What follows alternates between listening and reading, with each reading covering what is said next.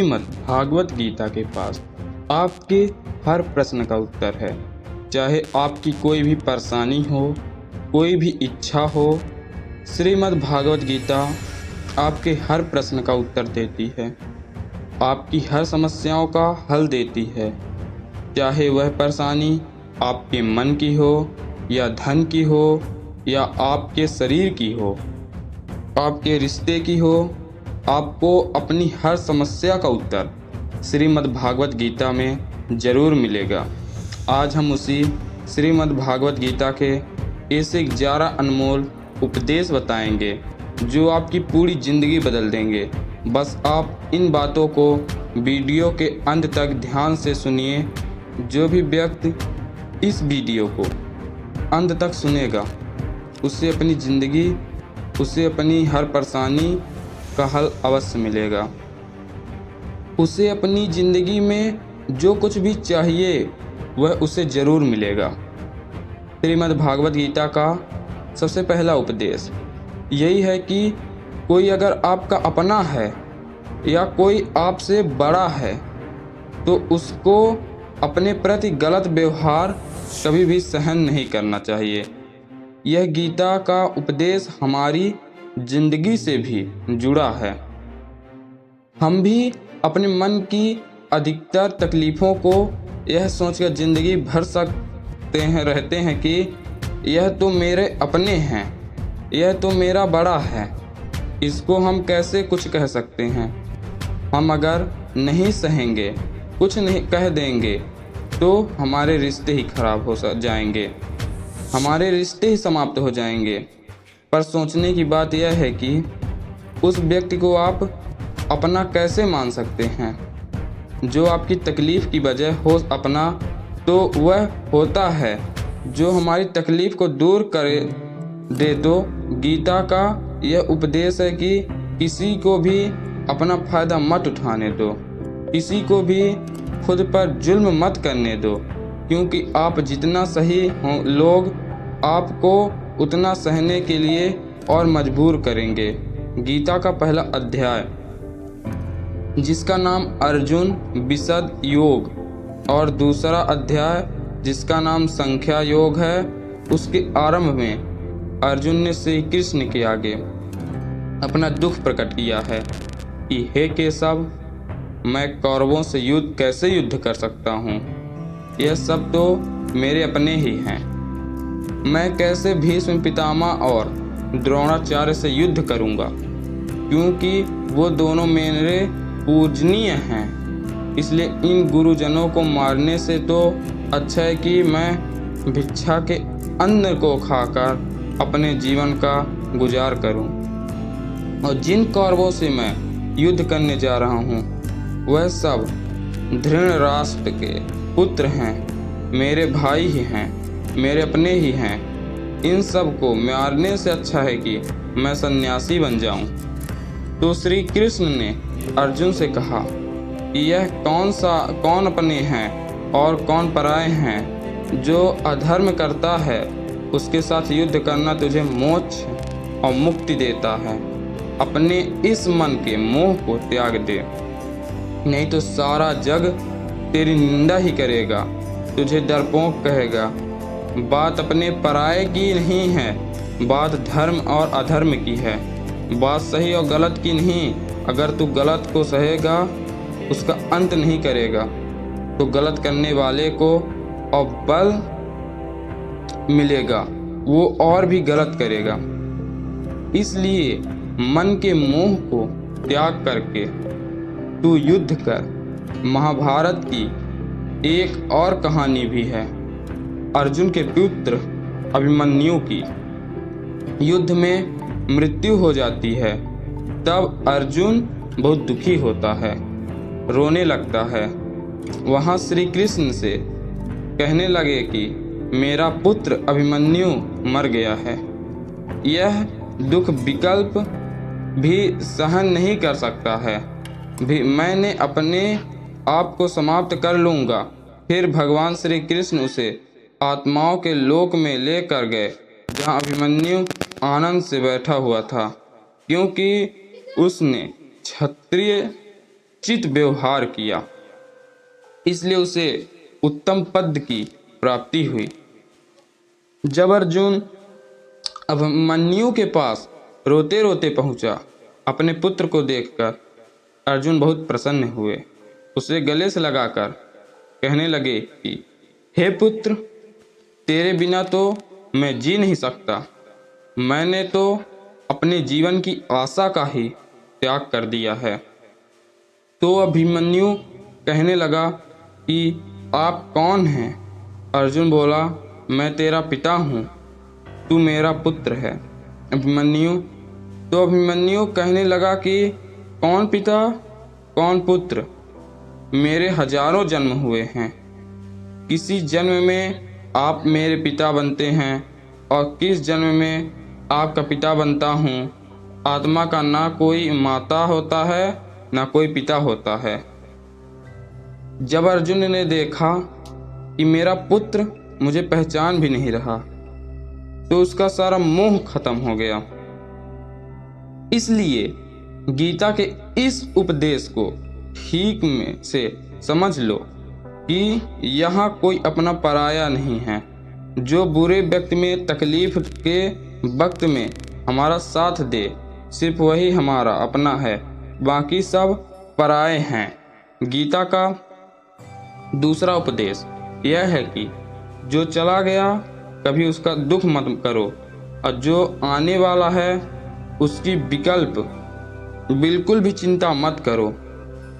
जब महाभारत का युद्ध चालू रहा था, तब अर्जुन ने श्री कृष्ण से कहा कि अगर यह युद्ध हुआ तो करोड़ों लोग मारे जाएंगे।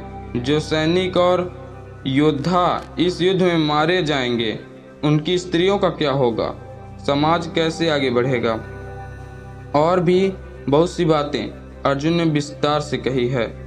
तो भगवान श्री कृष्ण ने कहा, आसो नव सोच स्वयं प्रजा बंदास, भाषा से गत सु आतसा नानु सोच पंडित। श्री कृष्ण ने बोला है, अर्जुन तू बड़ी बड़ी इज्ञानियों जैसे बातें करता है, लेकिन जो सच में इज्ञानी होते हैं, वो जो लोग मर चुके हैं, जो एक दिन जाने वाले हैं, उनकी चिंता नहीं करता है, उनका दुख नहीं करता है। तेरे हाथ में कुछ भी नहीं है, तू चाह कर भी कुछ कंट्रोल नहीं कर सकता है। जीवन और मरण यह तो प्रकृति की नियत है। इसलिए जो ज्ञानी होता है वह किसी के मरने पर भी रोता नहीं है। एक ज्ञानी जानता है, जानते हुए भी बीते हुए कल का शोक करता है और ना ही आने वाले कल की चिंता करता है। इसीलिए जो होने वाला है वह होकर ही रहता है, और जो नहीं होने वाला है वह कभी नहीं होगा। एक ऐसा निश्चय जिसकी समझ में आ जाता है, इसकी बुद्धि में आ जाता है, उससे कभी कोई चिंता नहीं होती। सतत कोई दुख नहीं सताता। हमारे सारे दुखों का कारण ही यह है कि हम जो वक्त गुजार चुके हैं उसे सोच सोच कर परेशान होते रहते हैं। यह भविष्य की चिंता कर करके खुद को बीमार कर देते हैं, नष्ट कर देते हैं। गीता का ज्ञान हमें यही सिखाता है कि ना तो हम बीता हुआ कल बदल सकते हैं और ना ही आने वाले कल को कंट्रोल कर सकते हैं। हमारे हाथ में सिर्फ वर्तमान है, सिर्फ आज का ही पल है। हमारा 98 बार तनाव और चिंताएं भूतकाल और भविष्यकाल के बारे में सोचते रहने से होता है। हम हमेशा उसी में ही जीत रहते हैं, मगर वर्तमान में कभी नहीं जीते। इस पल को कभी नहीं जीते। जब आप वर्तमान का पूरा आनंद लेना सीख जाओगे, तभी आपकी ज़िंदगी से तनाव कम होगा, चिंताएं खत्म होंगी। वर्तमान में जीना एक बहुत बड़ी उपलब्धि है। हमारे हाथ में भी सिर्फ आज का ही पल है। हमें जो भी करना है आज ही करना है। कभी भी यह सोचकर समय को नष्ट नहीं करना चाहिए कि अभी मेरे पास बहुत समय बचा है। एक गुरुजी ने अपने एक शिष्य को परास का पत्थर दिया। उनका वह शिष्य बहुत आलसी था, हर बार काम को कल पे टाल देता था। तो गुरुजी ने उसे कहा कि मैं तुझे यह परास का पत्थर दे रहा हूँ। इस परास पत्थर से जब तू लोहे को स्पर्श कराएगा तो वह लोहा स्वर्ण बन जाएगा, सोना बन जाएगा। और यह परास का पत्थर मैं तुझे 1 महीने के लिए दे रहा हूँ। जब 1 महीना समाप्त हो जाएगा तब मैं तुझसे यह पत्थर वापस ले लूँगा। तब तक तू इस पत्थर को अपने पास ही रख। गुरुजी का यह शिष्य बाजार में लोहा खरीदने के लिए गया। जब बाजार में वह लोहा खरीदने पहुंचा तो उसे लोहे का वह रेट बहुत महंगा लगा। उसने कहा थोड़े दिन रुक के लूँगा, जब लोहे का रेट कम हो जाएगा। पर उसकी बुद्धि में यह बिल्कुल नहीं आया कि इस लोहे को मैं सोना बनाकर बहुत अधिक धन बना सकता हूँ। लेकिन उसके मन की सुस्ती, उसके मन का आलस, उसकी वजह से उसने उस काम को कल पे टाल दिया। ऐसा ही करते करते पूरा महीना समाप्त हो गया। फिर गुरुजी उस शिष्य के पास आए, पहुँचे कि बताओ तुमने कितना सोना बनाया। शिष्य बोला कि मैंने तो अभी सोना बनाना शुरू भी नहीं किया। तो गुरुजी ने कहा मुझे मेरा वह परास का पत्थर वापस चाहिए। शिष्य बोला कि नहीं, मुझे थोड़ा वक्त दीजिए, मैं थोड़ा सोना बनाना चाहता हूँ। गुरुजी ने कहा ये परास पत्थर पूरा 1 महीना तेरे पास था पर तू कुछ नहीं कर पाया, लेकिन अब समय समाप्त हो चुका है।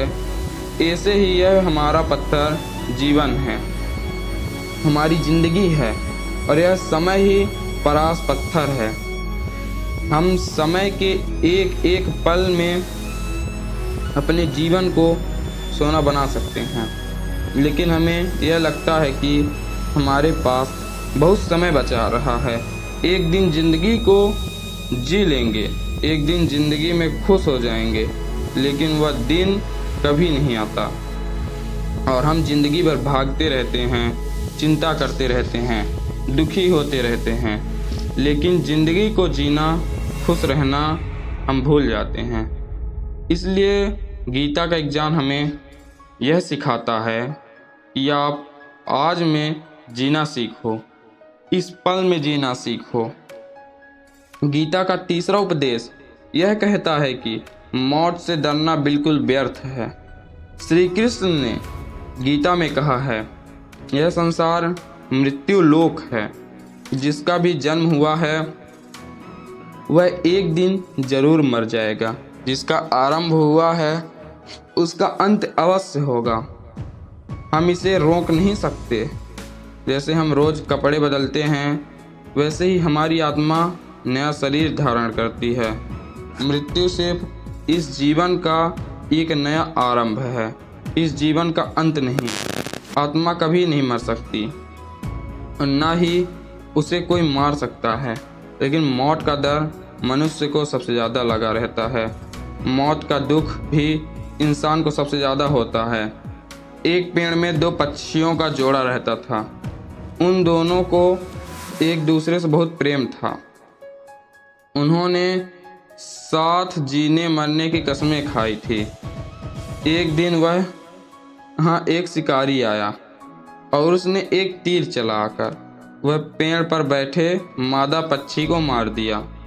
तो अकेला नर पक्षी रोने लगा कि मैं तुम्हारे बिना कैसे जी पाऊँगा, तुम्हारी जगह मेरी मृत्यु आ जाती, मेरा जीवन तुमको मिल जाता। वो रो रो के बहुत विलाप करने लगा। इतने में ही उस शिकारी ने दूसरा तीर चलाया और उस नर पक्षी को भी मार दिया। वास्तविकता से यह कहानी हमारी ही है। हम भी रोते रहते हैं जब कोई मरता है तो, लेकिन हमें यह नहीं पता कि एक ना एक दिन हमारा भी जीवन समाप्त हो जाएगा। हम भी उसी मृत्यु के पेड़ पर ही बैठे हैं। लेकिन शरीर का मिटना हमारा मृत्यु के पेड़ पर ही बैठे हैं, लेकिन शरीर का मिटना हमारा अंत नहीं है। श्री कृष्ण ने अर्जुन से कहा कि अर्जुन, तेरे और मेरे अनंत जन्म हुए हैं, तुझे कुछ भी याद नहीं है, लेकिन मुझे सब याद है। जो व्यक्ति इस सत्य को समझ ले कि मैं इस संसार में कुछ समय के लिए आया हूँ, उसकी ज़िंदगी के सारे झगड़े, सारे दुख, सारी चिंताएं ही समाप्त हो जाएंगी। जब इस संसार से जाना ही है तो दुख किस बात का।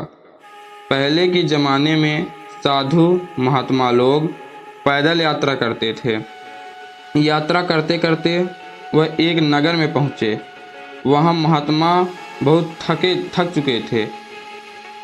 उस नगर में उन्होंने एक महल देखा और उन्होंने उस महल में जाकर विश्राम करने का सोचा और वह महल में जाकर सो गए। जब उस महल में वहाँ का राजा पहुँचा तो उसने पलंग पर उस महात्मा को सोते देखकर बहुत हैरान हो गया। राजा उस महात्मा से पूछने लगा कि तुम मेरे महल में कैसे घुस आए हो और मेरे बिस्तर पर सो रहे हो। महात्मा कहने लगा, यह तुम्हारा महल है, मुझे तो लगा यह धर्मशाला है। तो राजा ने कहा, आपको मेरा महल धर्मशाला कैसे लग रहा। महात्मा ने राजा से प्रश्न किया कि तुमसे पहले इस महल में कौन रहता था। तो राजा बोला कि मुझसे पहले मेरे पिता यहाँ पर रहते थे और उससे पहले मेरे दादाजी यहाँ पर रहते थे। तो महात्मा ने फिर प्रश्न किया कि क्या तुम इस महल में हमेशा रहोगे या तुम्हारे बाद कोई और रहेगा। तो राजा कहने लगा कि मेरे बाद मेरा पुत्र इस महल में रहेगा। महात्मा राजा से कहने लगा कि जिस जगह पर रहने वाले बार बार बदल जाते हैं उसे घर कैसे कह सकते हैं। वह तो धर्मशाला ही है, इसलिए तेरे महल को धर्मशाला समझकर मैं इसमें रात बिताने के लिए आ गया। धर्मशाला जान जग को जीव सब मेहमान हैं। मोह किससे मत करो, सब स्वप्न का समान है। यदि हम भी इस बात को समझ लें कि यह कुछ समय के लिए आया है, आनंद करने के लिए आया है, खुश रहने के लिए आया है, तो हमारे सारे दुख को समाप्त हो जाए। जब हम अपना मोह यहाँ जमा लेते हैं, अपना दावा यहाँ जमा लेते हैं कि यह मेरा है, इसे मैं छोड़ नहीं सकता, इसके बिना मैं जी नहीं सकता, तो हमारा जीवन दुखों से भर जाता है। इसलिए जीवन में मृत्यु का भय त्याग करके जीवन का प्रतिपल आनंद लेना चाहिए। गीता का चौथा उपदेश, मन और विचार को कंट्रोल किए बिना जीवन में कभी शांति नहीं, सुकून मिलना वाला है ही नहीं। अर्जुन ने श्री कृष्ण से कहा कि मेरा मन सही गलत सब कुछ जानता है, फिर भी मेरे विचार और मेरे मन मुझसे कंट्रोल नहीं होते। जो करना चाहता हूँ वह कर नहीं पाता हूँ और जो नहीं करना चाहता हूँ वह मेरे मन मुझसे ज़बरदस्ती करवाता है, इसलिए मैं बेचैन रहता हूँ। मुझे शांति प्रदान नहीं हो रही है। तो श्री कृष्ण ने अर्जुन से कहा, इसके लिए तुझे अपने मन और विचार से डिचैट होकर अपने मन और विचार को सही दिशा में ले जाने की प्रैक्टिस करनी होगी, अभ्यास करना होगा, और यह एक दिन का काम नहीं। तुझे जीवन में कभी शांति मिलेगी। एक राजा था, वह बहुत बेचैन और परेशान रहता था। एक दिन वह अपने गुरुजी के पास गया और उनसे कहने लगा कि मेरा मन बहुत बेचैन है, मैं बहुत परेशान हूँ। मेरे मन में संसार के जीत के लिए सब कुछ है मेरे पास, पर मैं खुश नहीं हूँ। मेरे मन में सुकून नहीं है। शांति नहीं है। तो गुरुजी ने राजा से कहा, तुम्हारे नगर में अगर कोई ऐसा व्यक्ति है जिसने सुकून को प्राप्त कर लिया है, शांति को प्राप्त कर लिया है, तुम उसका एक बार कुर्ता पहन लो तो तुम्हारे जीवन में भी शांति आ जाएगी। राजा बहुत प्रसन्न हो गया। यह तो बहुत आसान काम है। वह अपने राजमहल में आया और राजसभा में वह सबसे कहने लगा कि आप लोगों में से जो भी शांत हो चुका हो, जिसे सुकून मिल गया हो, वह अपना कुर्ता मुझे दे दे। वो बदले में जितना भी धन मांगेगा मैं उसे दे दूंगा। सब लोग एक दूसरे का मुंह देखने लगे। पैसों का लालच आया, लेकिन सबको एक दूसरे की सच्चाई पता थी, क्योंकि किसी की ज़िंदगी में भी शांति और सुकून नहीं था। सब अपना सारा सर झुकाकर वहाँ पर खड़े हो गए। फिर उस राजा ने पूरे नगर में ढिंढोरा बांट दिया कि जिसे भी शांति प्राप्त हो चुकी हो, सुकून प्राप्त हो चुका हो, वो मेरे पास आकर अपना कुर्ता दे दे। वो जितना कहेगा उसे उतना ही धन दिया जाएगा। लेकिन एक भी व्यक्ति ऐसा नहीं मिला जिसे शांति प्राप्त हो चुकी हो। वास्तविकता में जब कोई मरता है तब हम कहते हैं कि वो फला व्यक्ति आज शांत हो गया। कभी किसी जिंदा इंसान के लिए नहीं सुना कि एक जीता जागता इंसान शांत हो गया है। राजा के सैनिक पूरे शहर में ढूंढते रहे। फिर उन्हें पेड़ के नीचे एक महात्मा तपस्या करता दिखा, जिसके चेहरे पर शांति भी थी, सुकून था। सैनिक उस महात्मा के पास आकर पूछने लगे कि क्या आपने शांति प्राप्त कर ली है, सुकून प्राप्त कर लिया है? महात्मा ने कहा, मैं पूरी तरह से शांत हूँ। तो सैनिक उसे राजा के पास लाए। राजा ने उसे महात्मा से प्रश्न किया कि क्या आपने शांति और सुकून प्राप्त हो चुका है? वह महात्मा कहने लगे, महाराज जी, पूरी तरह से शांत हूँ, मुझे कोई चिंता नहीं, मुझे किसी चीज़ की लालच नहीं, मुझे कोई इच्छा नहीं। तो राजा भी बहुत प्रसन्न हो गया। आखिर वह व्यक्ति मिल ही गया जिसे शांति की प्राप्ति हो चुकी है, इसे सुकून प्राप्त हो चुका है। तो राजा उस महात्मा से कहने लगे कि हे महात्मा, आप कृपया करके अपना कुर्ता मुझे दे दीजिए, बदले में आप जो मांगेंगे मैं आपको दे दूंगा। महात्मा कहने लगे कि महाराज, सुकून और शांति तो मुझे मिल चुका है, लेकिन क्या करूं, मेरे पास कुर्ता ही नहीं है पहनने के लिए जो मैं आपको दे सकूं। जब राजा ने उस महात्मा की यह बात सुनी कि इस महात्मा के पास कुर्ता भी नहीं है पहनने के लिए, उसके बाद भी ये महात्मा एकदम शांत है, इसके जीवन में सुकून है। मैं सारी ज़िंदगी धन को जोड़ने में लगा रहा हूँ, दुनिया जीतने में लगा रहा हूँ, लेकिन मुझे शांति नहीं मिली, सुकून नहीं मिला। क्योंकि शांति और सुकून बाहर की चीज़ों में नहीं है, अपने भीतर की चीज़ों में है। इसलिए जब तक कोई व्यक्ति अपने मन और विचारों को कंट्रोल नहीं करता, तब तक उसके जीवन में सुकून और शांति नहीं आती। और गीता का उपदेश हमारे यही सिखाता है कि जीवन में शांति चाहिए तो मन को शांत करना सीखो। गीता का 5वां उद्देश्य यह है कि वासना, क्रोध और लालच सर्वनाश का कारण है, नरक का द्वार है। जिस भी मनुष्य में ये तीनों अवगुण होते हैं, वो हमेशा दूसरों का दुख पहुंचाकर अपना ही सुख और स्वार्थ की पूर्ति करता रहता है। किसी भी चीज की आस से ज़्यादा वासना करता है। क्रोधी स्वभाव होने और मन में लालच होना उसके जीवन में सुख को समाप्त कर देता है, उसके सारे रिश्तों में जहर भर देता है। इन्हें नरक का द्वार इसलिए कहा गया है क्योंकि जिस इंसान में अत्यधिक क्रोध है, लालच है, वासना है, उसका पूरा जीवन जहर से भर जाता है। उसको मरने के बाद नहीं, जीते जी यहीं पर नर्क का दर्शन होता है। गीता का छठा उपदेश यह है कि सब भगवान एक ही हैं, कोई छोटा बड़ा नहीं है, सब एक पर ब्रह्म परमात्मा के अलग अलग रूप हैं।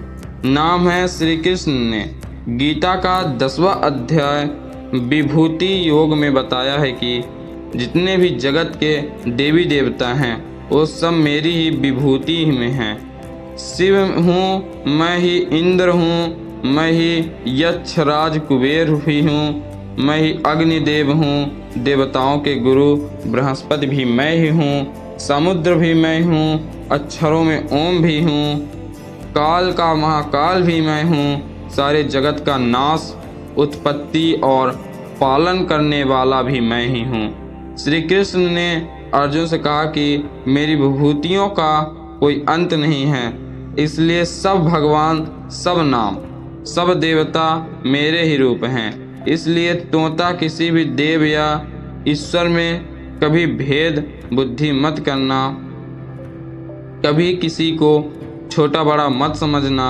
और गीता का उपदेश हमें यह सिखाता है कि कभी भी किसी दूसरे के इष्ट को छोटा नहीं समझना। इसलिए इस बात पर झगड़े फसाद नहीं करना चाहिए कि कौन बड़ा है और कौन छोटा है। गीता का 7वां उद्देश्य यह है कि सुख की इच्छा ही आखिरी में हमारे दुख का कारण बनी।